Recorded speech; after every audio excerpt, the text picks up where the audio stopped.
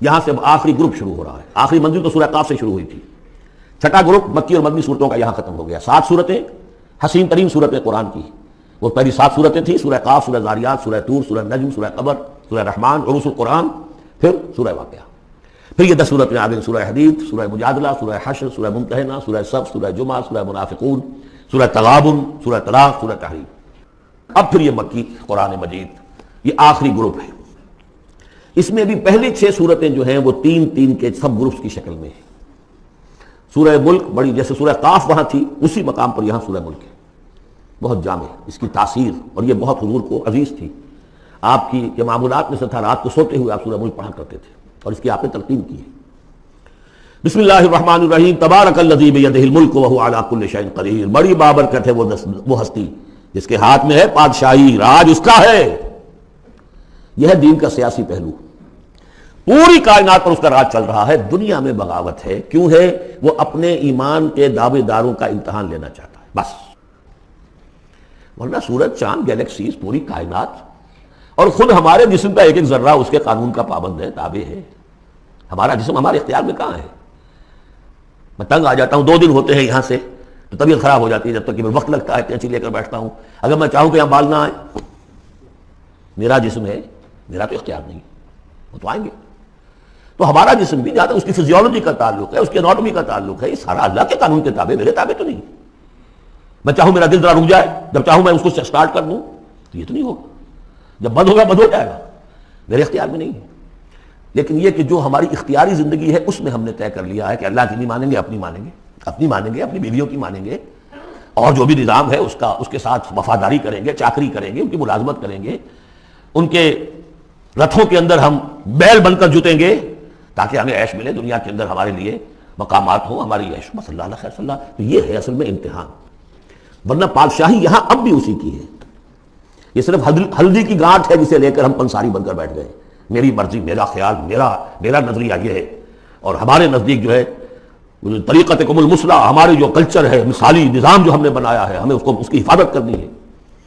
تبارک الذی بیدہ الملک وہو علی کل شیء قدیر. وہ ہر چیز پر قادر ہے. الذی خلق الموت والحیاۃ لیبلوکم ایکم احسن عملا. اب دیکھیے ہم نے حیات انسانی کا جو اب تک سمجھا ہے، جس کو کہ عمر نے، جو کہ بہت بڑا شاعر ہے، اس نے اپنی بیوی سے خطاب کر کے کہا ہے: حیات ثم موت ثم بعث حدیث و خرافات یا ام عمری. یہ کیا ہے؟ زندگی پھر موت پھر زندگی، یہ کیا سب حدیث و خرافات معاذ اللہ. ہم نے بھی دیکھا پہلے کنتم امواتا فاحیاکم ثم یمیتکم ثم یحییکم ثم الیہ ترجعون. یہ وقفے کیوں ڈالے گئے؟ یہ موت کا وقفہ کیوں ڈال کر زندگی کا ایک حصہ نکال دیا علیحدہ؟ 30 40 50 60 سال یہ دنیا کی زندگی، پھر موت کا وقفہ. موت ایک زندگی کا وقفہ ہے، یعنی آگے بڑھیں گے دم لے کر. کیوں؟ اس کی حکمت بتائی جو ہم پڑھا ہے سورہ واقعہ میں. قدرنا بینکم الموت، تمہاری ہی زندگی کا تسلسل ہے جس میں ہم نے ایک وقفہ موت کا ڈال دیا ہے. حیات لیبلوکم ایکم احسن عملا. یہ جو چنک علیحدہ کیا ہے یہ اس لیے کہ تمہاری آزمائش ہو، امتحان ہو، تمہیں جانچا جائے. وہ 3 گھنٹے کا امتحان ہوتا تھا جو دیتے تھے تم کبھی اسکولوں میں، اب یہ 30 برس کا سمجھ. اور واقعی 30 برس ہی ہوتے ہیں آدمی کے پاس. پہلی زندگی کے 20 25 برس ویسے گزر گئے، شعور ہی ابھی نہیں ہے. اور پھر ایک خاص عمر کے بعد جو ہے آگاہ ڈھیلے پڑ گئے، اور پھر یہ کہ کیلا یعلم من بعد علم شیئا. 30 نہیں ہوں گے 40 مل جائیں گے آدمی کو. کام تو یہی ہوتا اس کی زندگی کا.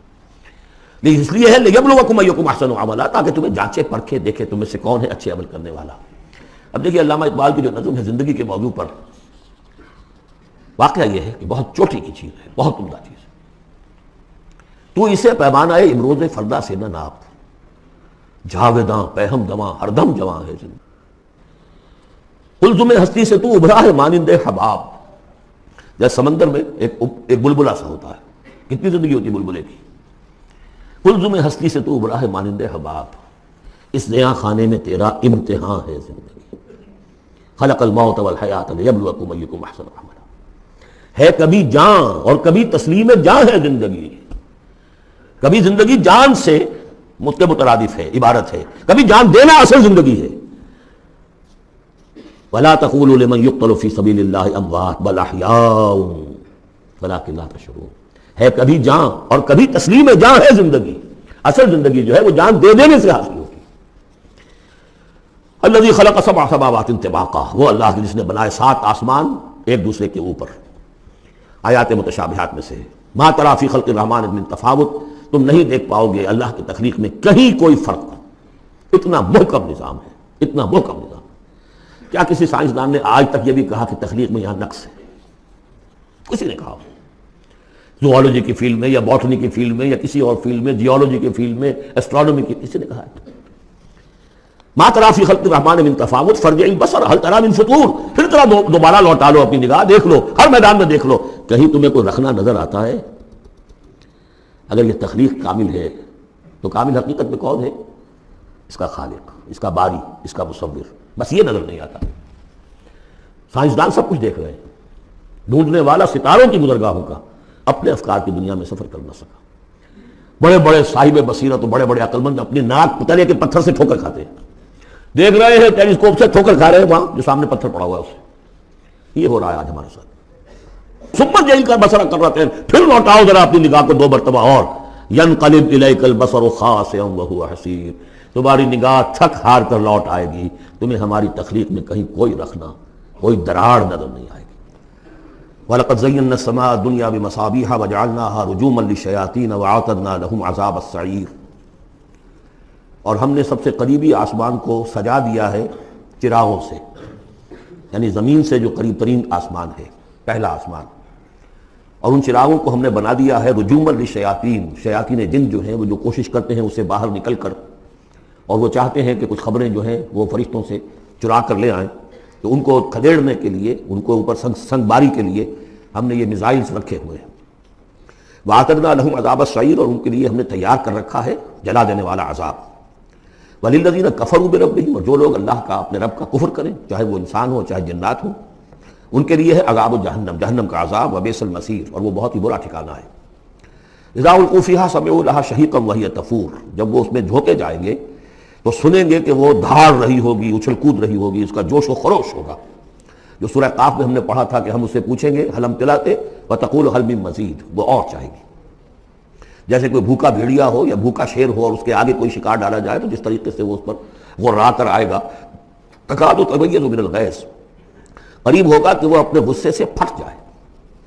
کلما القی فیہا فوج، جب کبھی بھی اس میں ایک فوج ڈالی جائے گی، یعنی یہ کہ ایک قوم کے بعد دوسری، دوسری کے بعد تیسری، وہ تو ہو رہا ہے.